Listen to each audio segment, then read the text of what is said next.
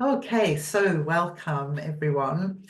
Um, so we have this amazing Venus star point. I'm always excited by them. They always seem like wow, but this one in the 35th gene key of Miracles and Wormholes seems like especially wonderful opportunity um, to take a quantum leap.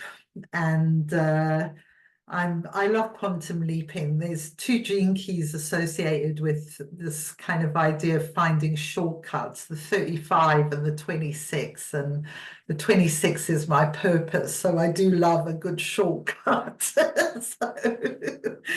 And that's what I feel that this whole Venus, actually, this whole Venus process offers us.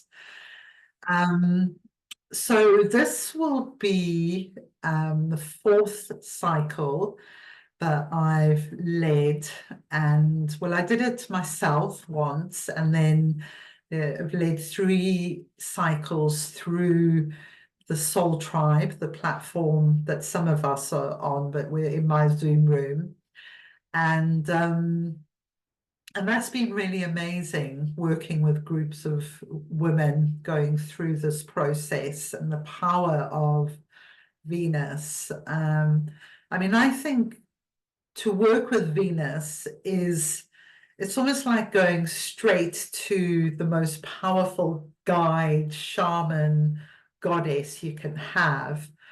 But the thing with it is it unfolds over 9 months and it's a whole gestation period. So sometimes it can feel a bit disjointed. And so in this last uh, cycle, I actually did ceremonies around about the day of the Venus moon gates, which I'll explain a bit more about later.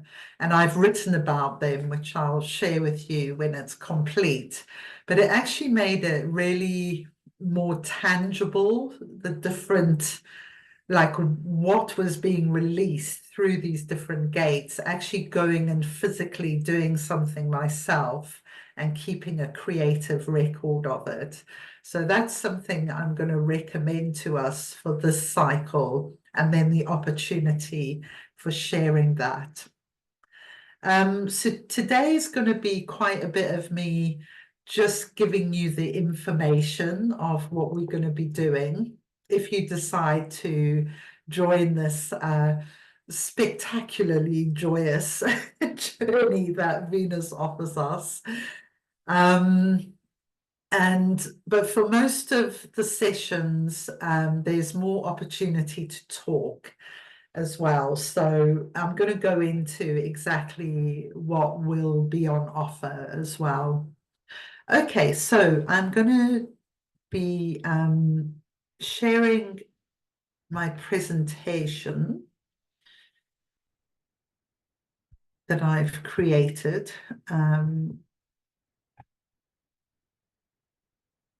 Just give me a moment because I'm on the wrong page with it. Okay, let's go backwards. So let's go to the beginning. Okay, so Venus star point. Venus star point is a Venus-Sun conjunction. This particular one is in Gemini, and it's in gene key 35, line 4, Miracles and Wormholes. Now, I've decided, last cycle, I used a gateway butterfly on an apple tree, this incredible photo, I'd had this experience with this butterfly. And this one, I wanted to use a painting by a friend of mine called Allison Adams. She lives in San Juan Capistrano on the Orange Coast in America. Really amazing painter and alchemist. And this one is called The Twins, and I really like it. So this girl is swimming with a jellyfish. And you'll see later on that because I've been very involved in the dream arc of the gene keys. So much of my journey in this last cycle unfolded through connections with animals and nature. Um, and so this kind of represents really one of the wormholes I feel that is being offered to us is this intersection with animals, the David kingdoms, the fairy realms. It might be different for different people. So dragon medicines being a huge thing that's unfolding right now in my world. So this image feels like it's somehow represents that merging with other kingdoms of life. So the first level of this is Venus in Gemini. And Venus in Gemini for me is the hummingbird energy, just really captures it for me. So hummingbird is not content to just try out one type of flower. It wants to go to every flower in the garden and suck the nectar out of everything. So it's got this real, hunger for life. And it doesn't. So sometimes people will say that Geminis are very scattered and they're doing 100 different things at once. Whereas a Taurian or any of the fixed signs will tend towards building on what they've done before. So this is a very mutable air energy. So mutable are the signs that have a lot of movement in them, and air is the most mutable of all the air signs. So it's very movable, open, curious.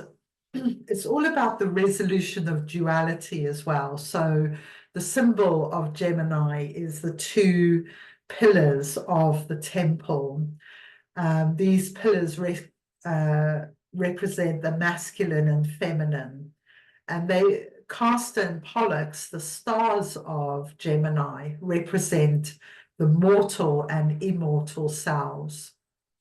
And that's really a huge part of this Inanna process, because when we connect to the myth of Inanna, which is like 6,000 years old on our planet, and the cycle, this endless cycle of Venus, who's creating 5-point stars and rose patterns every 8 years.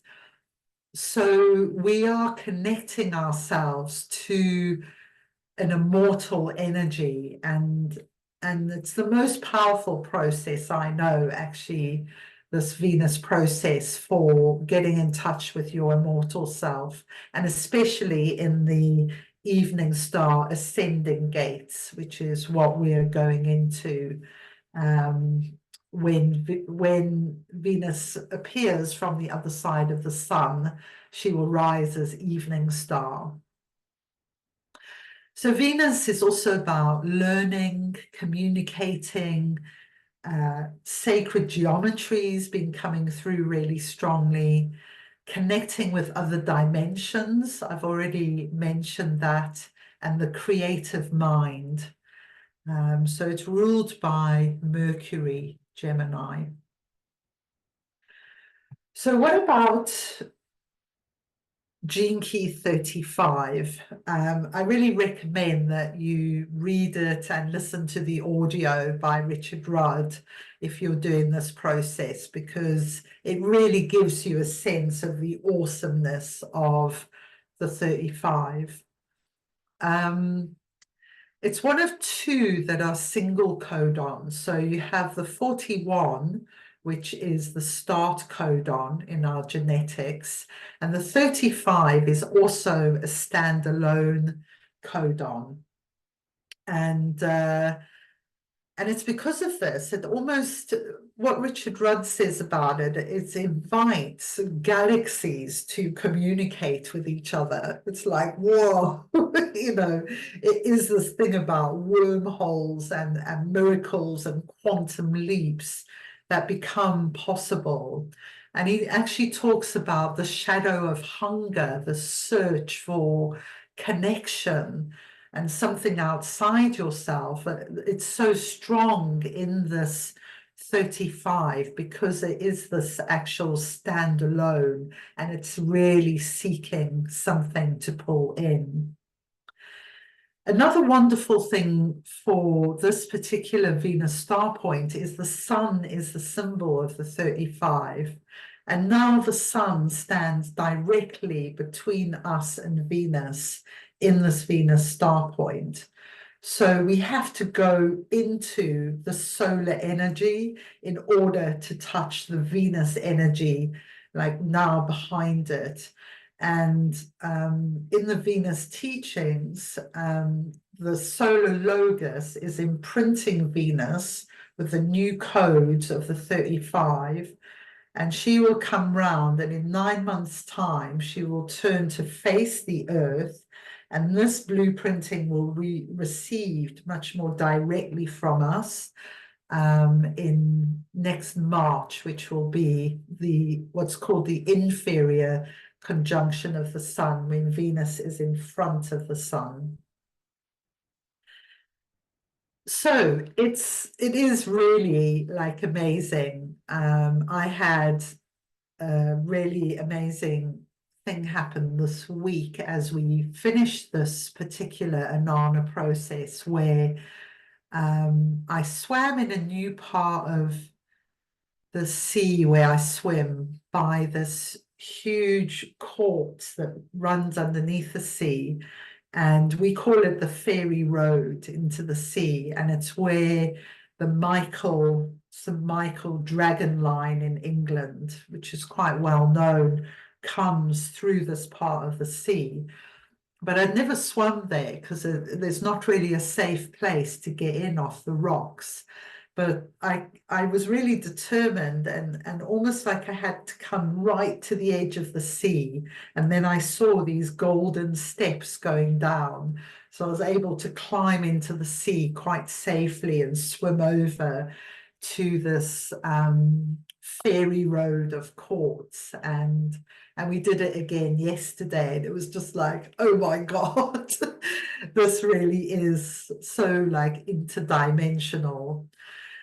So this is what I'm hoping and inviting for all of us, that we will have interdimensional experiences. And it depends on our karma, where we live, I guess, of how that could unfold for us.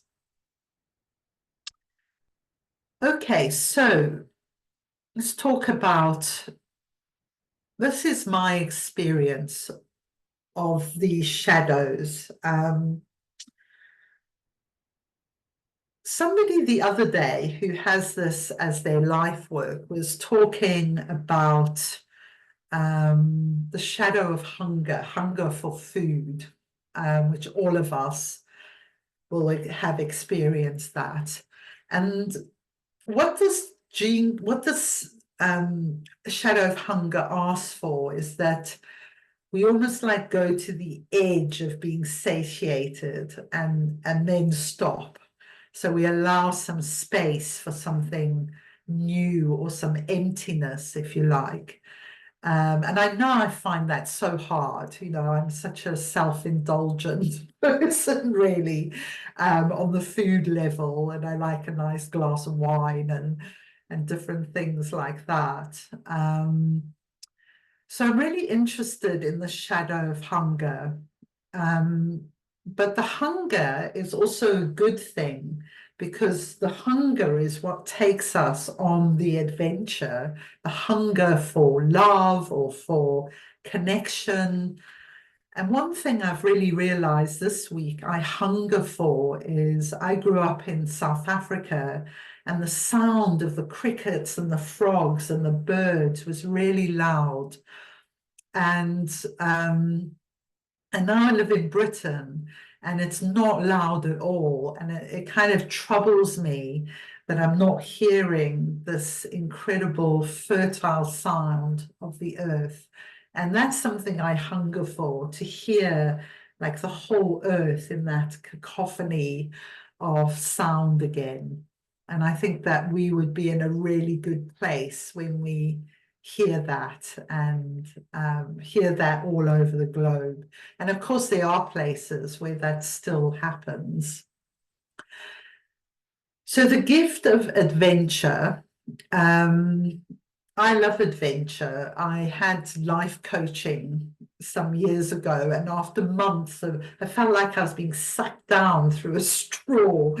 And eventually, what we got to that I really wanted most was adventure. So it's great to find myself on this threshold.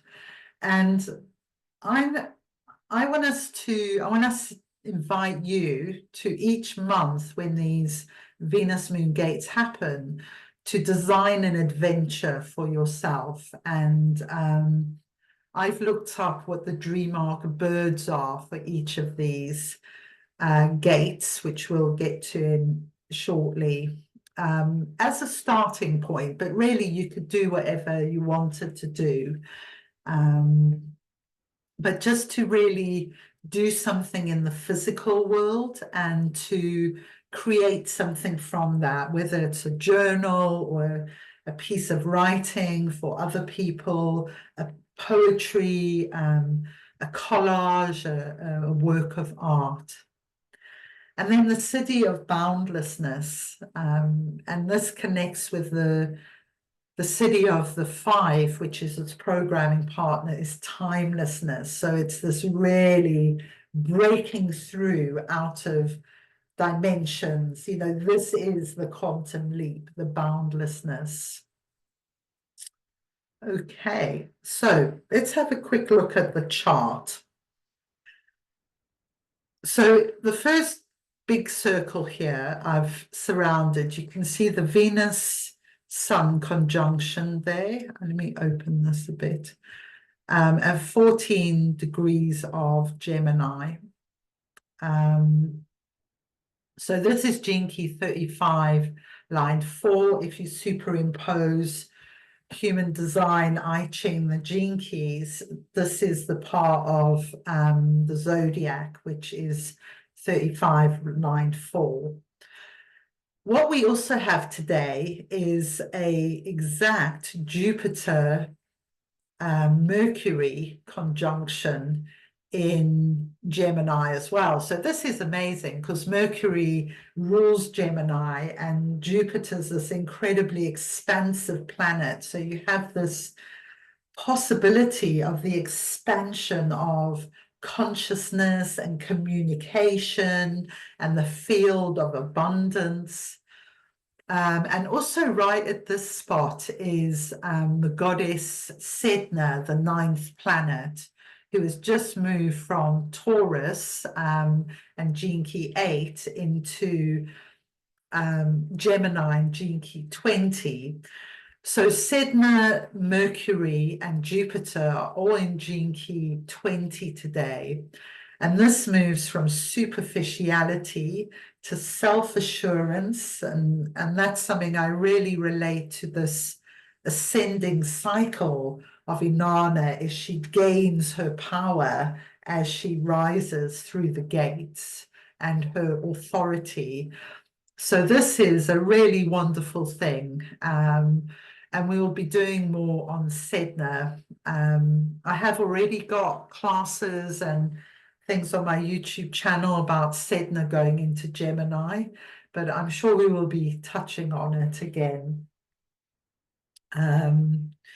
Yeah, and you can see that there will also be a Uranus moon conjunction that day. So that's all about the breaking free of the feminine. The moon is the feminine mother energy. So there's this possibility of the liberation of the mother energy also encoded in this Venus star point. Right, one more thing I wanted to point out is that we have an exact Chiron and Hygeia conjunction in the sign of Aries. Aries is all about the self. It's the cardinal fire sign, like the initiation of change. So this is gene key 42 in the gene keys, which leads, it's the gift of detachment and the city of celebration. I really love this gene key. I call on it a lot, even though it's not in my profile particularly, but it feels so useful. So Chiron, Chiron recently was conjunct the North Node, was exactly conjunct that big eclipse. So there's been a lot of Chiron healing energy available. And Hygeia, who's, if you see a symbol, is the snakes, the Kundalini energy. So this is the healing of the serpent energy in the body, but also reflected in the earth. And I've been feeling and talking in some other forums about dragon medicine and the dragon lines really bringing about the big changes in the energetics of the aeons, or in human design language, we're moving from the gate of planning into the cross of the sleeping phoenix in 2027. And I'm really feeling that the dragons are the ones who give us the new codes for what that is going to be all about. So my class next Monday is going to be on Chiron and Hygeia. So I'm not going to say any more now, and we can go into that more in detail then.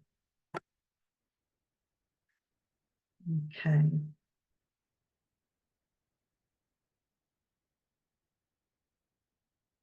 I need to close it a bit before it will move. There we go. Okay, so I found this quote from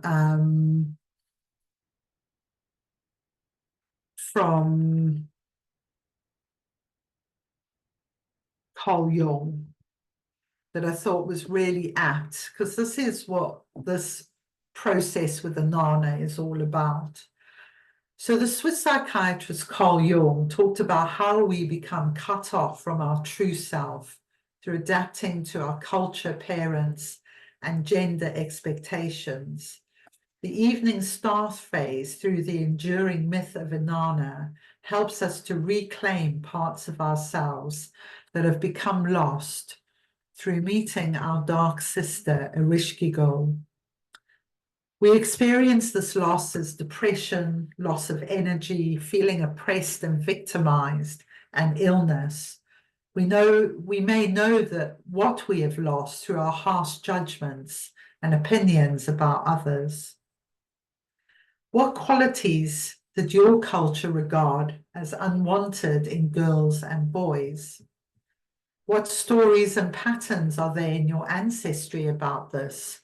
For example, someone stepped out of line and didn't have children, didn't get married, or they became an artist or something unexpected. And how did this go down? Was it celebrated, or were they kind of seen as really weird or even cast out of the family? So just going to take a pause now to close our eyes and tune into the parts of you not getting much airtime at this moment. So if we could just kind of breathe into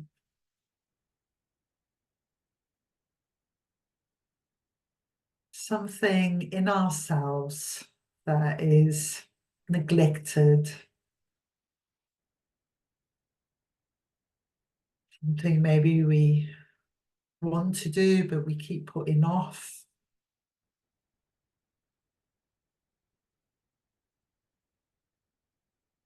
Just seeing what arises in your mind, what comes forth.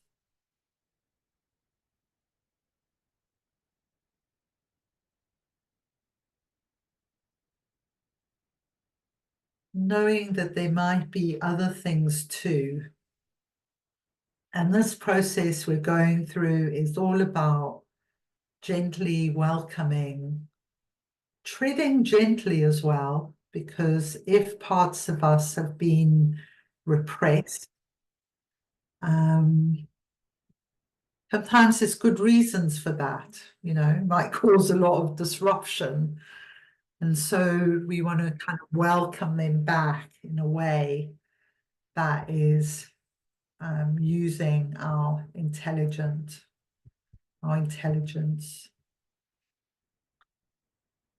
And just to say, it's interesting about the 41st gene key, the start codon, is that it talks about how things over aeons of time are encoded in stories. And this story of Inanna's descent into the underworld is actually one of the oldest stories on our planet.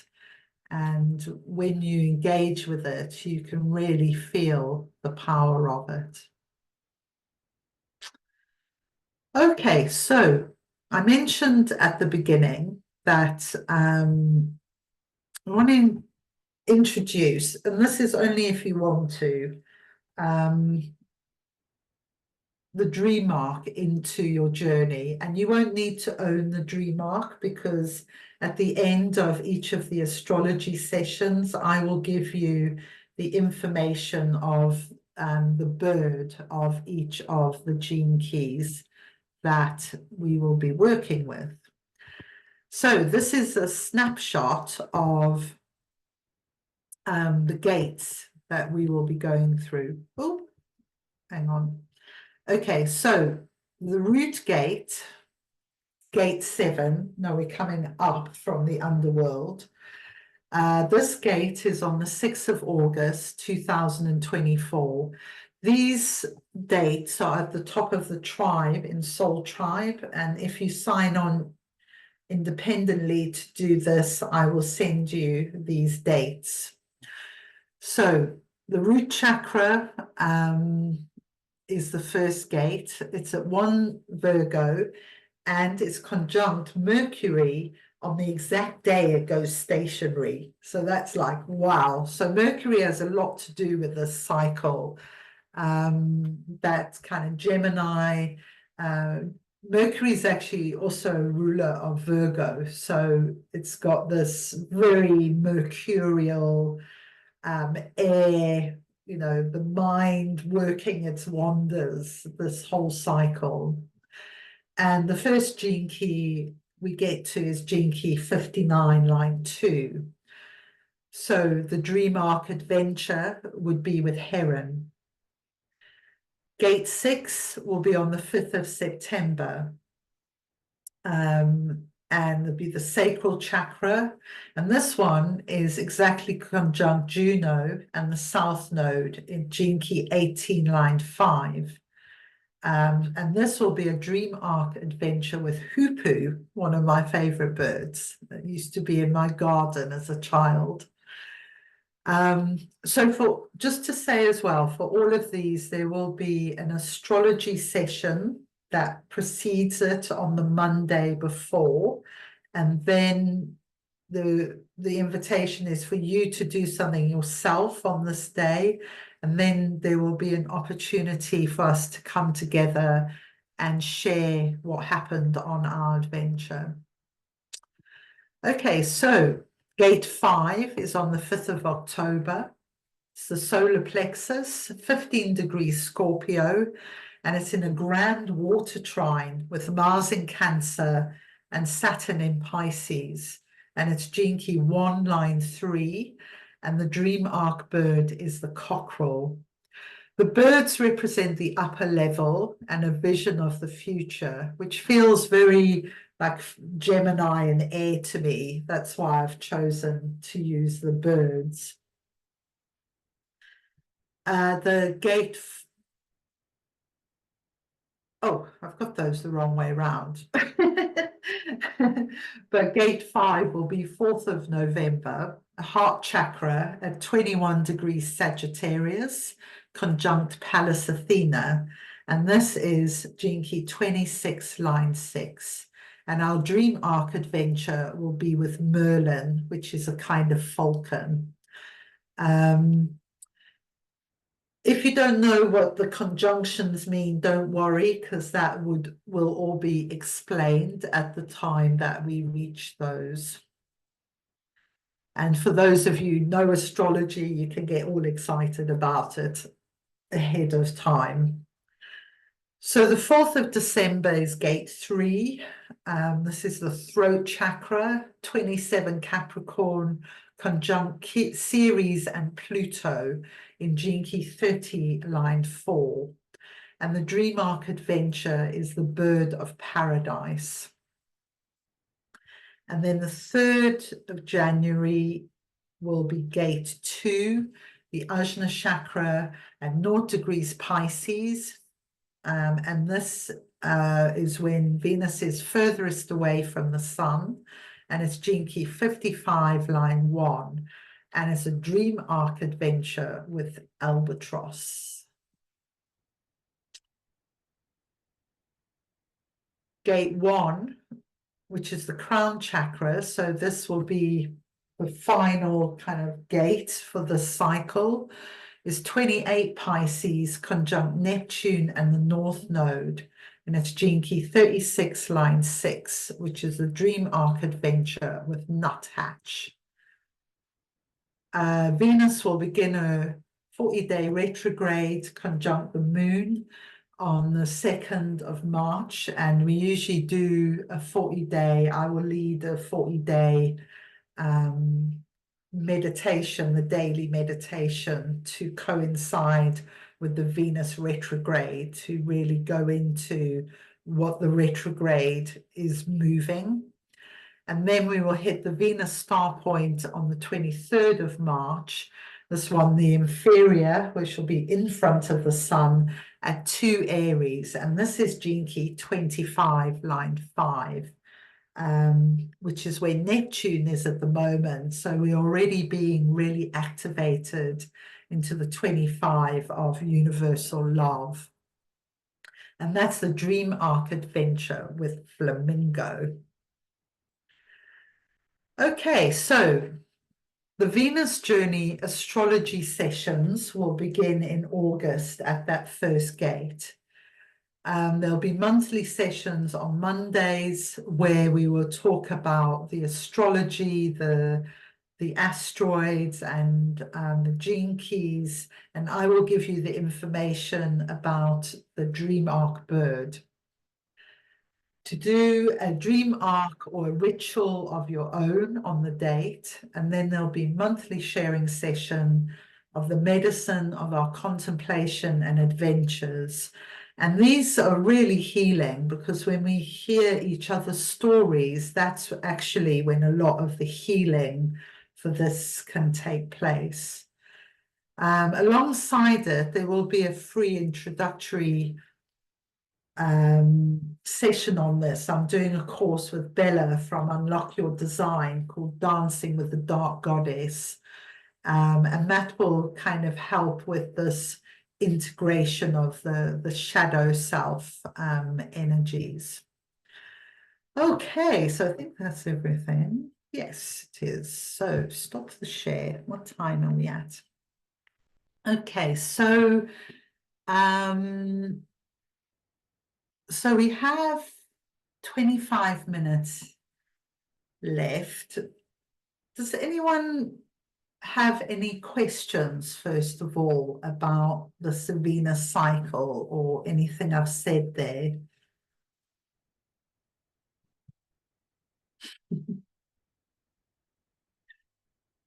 Do you want to say something, Tracy? Yeah. Hi, everyone. I'm Tracy. I just have a question about the lines that you refer to in the gene keys, because, you know, my experience for years of doing I Ching, you look up that particular line, but I don't see how there's no reference to it in my gene key book, you know, like to read about or what specifically that line has to do with. So maybe you could speak to that. Thanks. Yeah, Richard left out the lines in the book, which means that people have to go and do the courses, the Golden Path, to get the lines. So when I do the astrology sessions, I go into the lines, and you can use your I Ching as well to actually get quite interesting reading of the exact lines. In fact, that's something I forgot to do today. So in my I Ching, I'm going to see what the 35 line 4 actually is in the I Ching.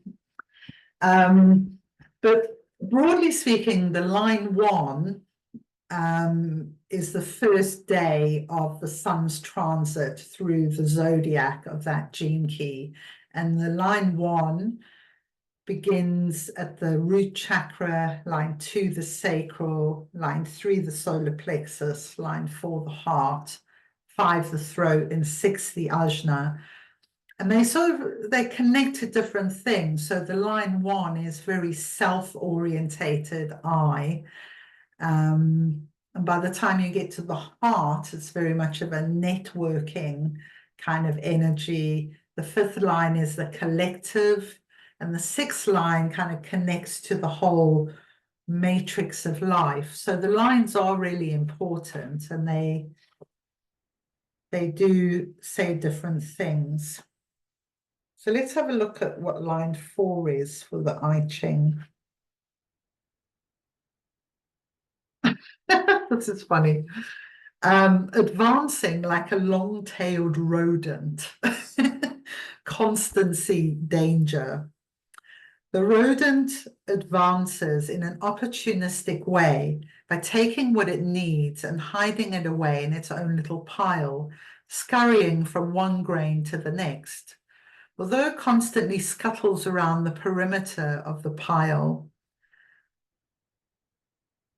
of a huge grain store, it is too small to see anything so large.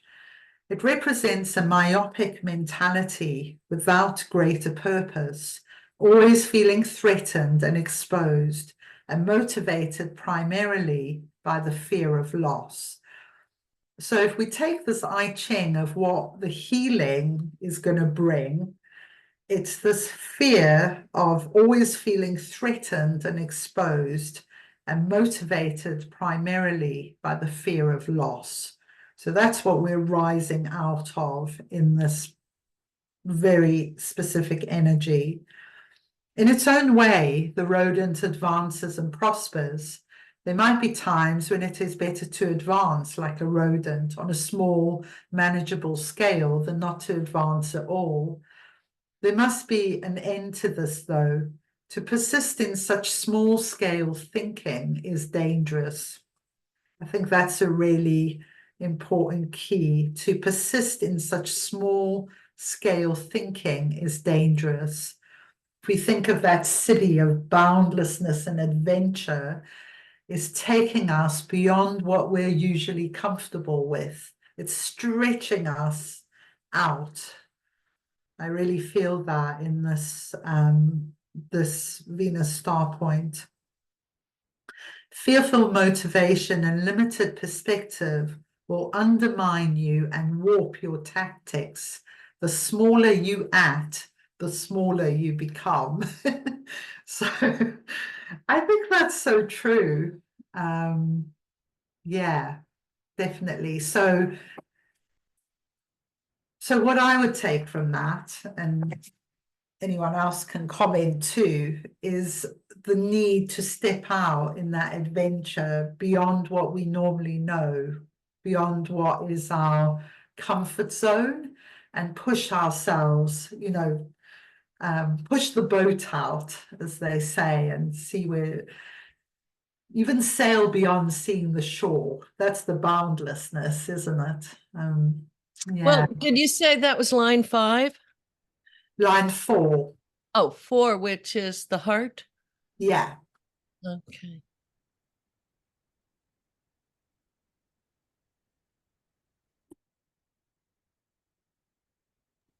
Any Thank other you. questions or thoughts on what you feel this energy is about, the 35 Gemini? Sorry, Tracy, were you saying something else? I interrupted.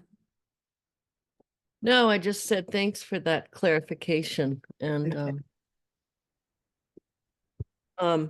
well, and it's just interesting that you came up with the quote of Jung, because when you didn't see me in the frame, I was looking for my new Taschen book on the 12 steps, because Jung was very involved in the forming of the 12-step. When they made that, established that process, the recovery process in the 30s. And there is a quote that he uses that I wanted to find for us about, in regards to the hunger, but the thirst is what a lot of addicts thirst for, the spirit. And, this hunger really has to do with the boundlessness, that we have this, and not, and refraining from the satiation that really actually bogs us down. So it's like, it mirrors that hunger, that thirst for the vastness, for the merging with spirit. And even though it's not in my profile, I had highlighted the inner space, the final frontier, and the back door to bliss. So I'm really looking forward to reading this and taking it in, because the 41st is my life purpose. And you said that's been really activated during this period of time with the eclipse and all that, or whatever the astrology is. So I'm just so psyched that it's all in conjunction with this, because I think everybody's in recovery, not just, not just the 12-step people, which, I use the dance as the surrender to a power greater than myself to restore me to sanity. But anyway, it's just really cool that it's all connected. Yeah. Thank you, everybody. Allison, I just wanted to speak to that for a second. Hi, everyone. My name's Danny. You mentioned that hunger for the sounds of your lands, and I'm feeling that same thing. I'm from Jersey, and there's tons of cicadas right now, and I'm just missing it so much. And I'm actually headed back to Jersey, and I'm just thinking about, oh my gosh, I can't wait until they just go off and I just hear that loud cicada sound. So I completely connect with what you were saying about. Thank you.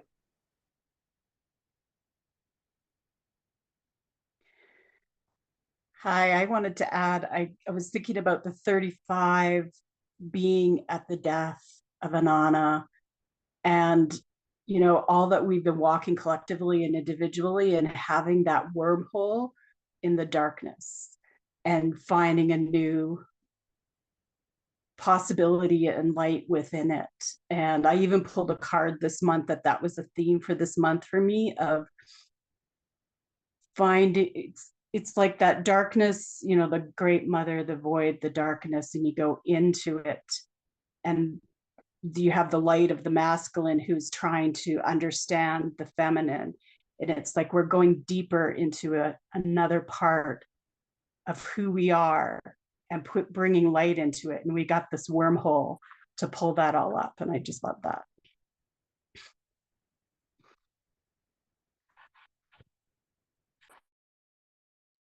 I think, Tracy, when you're talking about satiation and addiction, which has been a huge theme in my life, but it feels like as countries, as a kind of culture, we're so satiated with stuff and news and ideas, and just kind of the idea of making it all more simple. And we had that Uranus-Jupiter conjunction in the 23, the stripping apart and the simplification.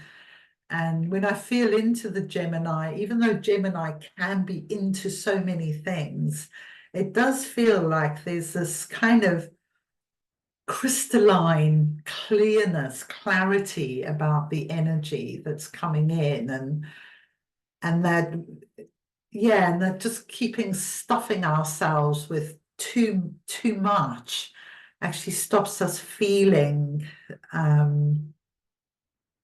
it all, you know. It's like, yeah, we're so habitually used to having so much. I think.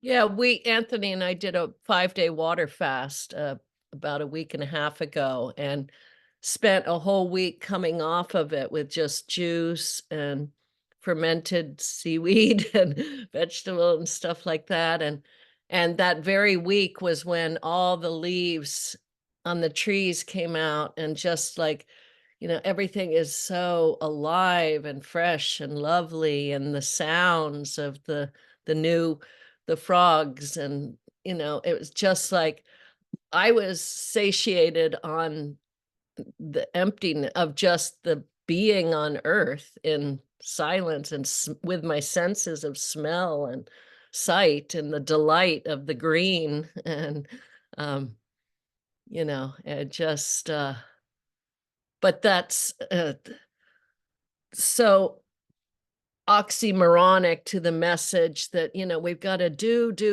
and, you know, human doings as opposed to human beings. And yet the beingness feels there's such a call to that, and that it'll unfold naturally from that. The pleasure of being human. Yeah, and the deliciousness of this earth. And then once the cup is full, to be able to share that. And that's really my longing, is to have my gifts received and share and be of service. And but there's all the logistics of setting that up, of getting the online presence and all that stuff that's kind of daunting. Anyway, I want it to be in conjunction and balance with alignment with this, the cosmic forces that we're all part of, that bigger picture.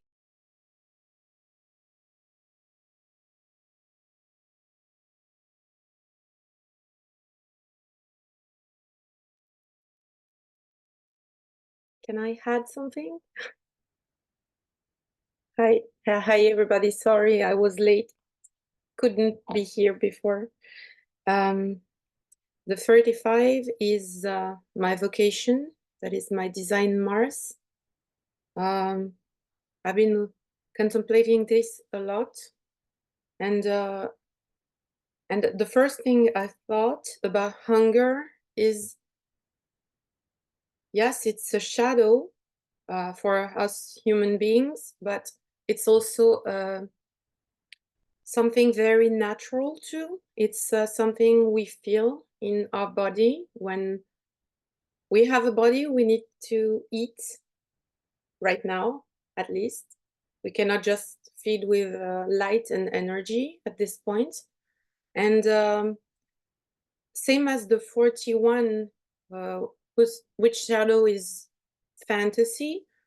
It can be a very dark shadow, an addiction, but it can be just natural, and it doesn't have to be dark and heavy. And I felt a lot of lightness in the 35. Yes, we mentioned the birds, and I had not visions, sensations of wings being deployed, being spread, and us like taking flight. And I was contemplating other things about the dream reefs, many other things, and I think yes, Richard mentions that the 35 we had like a remembrance of when we were able to fly, and that one day we can be so light. Maybe we don't have even to to eat, can live on light and be so light that we can fly. And I had this image of flying and flight, and yes, I was contemplating also. I love the dream arc, little words and animals, and the crystal for the 35 is rhodochrosite. I don't know if anyone knows crystals. It's a rose crystal which has little shape designs inside. It's a very beautiful, it's very nurturing. It's about love, and I think it's so much representing also Venus.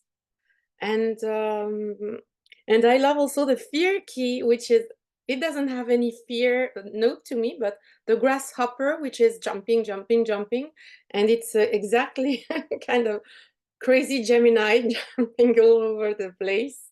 But it's also jumping and creating a new ways of moving. So there's this jumping, and jumping, jumping. At some point you can fly. So that was wings and lightness, and not a hunger that is dark. Hunger can be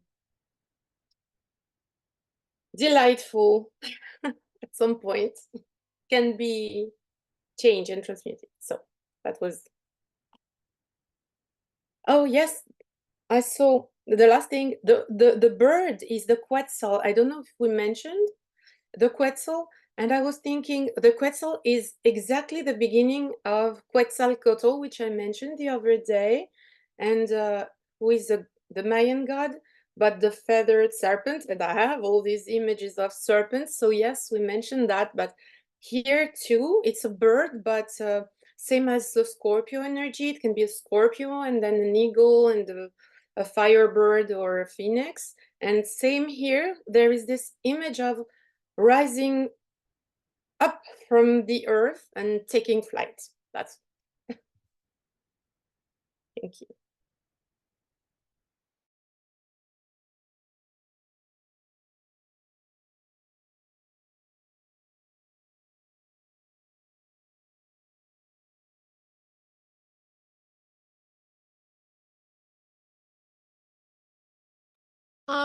Would you be so kind as to repeat the I think you said rhodochrosite or the Yes. stone? The stone is the rhodochrosite. Rhodochrosite. Okay, I was just trying to look that up. RHODO. RH. Okay, There thank you. H, yes. Yeah, yeah. I immediately had the image of the phoenix when she first mentioned birds. And so that was interesting. And if I may add, if we consider the cycles, there is this sleeping phoenix that has to wake up and take flight.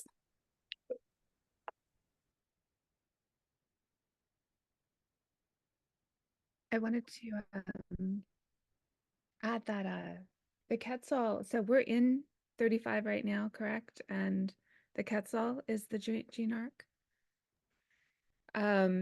which is it's an important Guatemalan bird, but it's also like for parts of Mexico as well. And Mexico just elected its first female president during this gene key. So I just wanted to add that.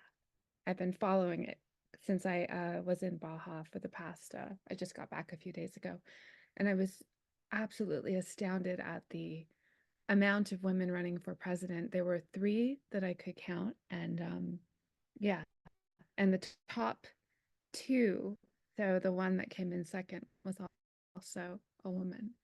So this is the first time. A lot of good shifts and changes. I watched this interesting documentary about people trying to now leaving the USA to go and live in Mexico because everything's so much more like simple and you know, it's much more community orientated. And I mean, I haven't been there, so this is what the program was saying, like you're not getting that kind of satiation with stuff. And eventually you reach the end, it's too much, you feel sick actually. And then people look for something else. But I thought that was quite amusing, really, that people were now trying to cross the border the other way.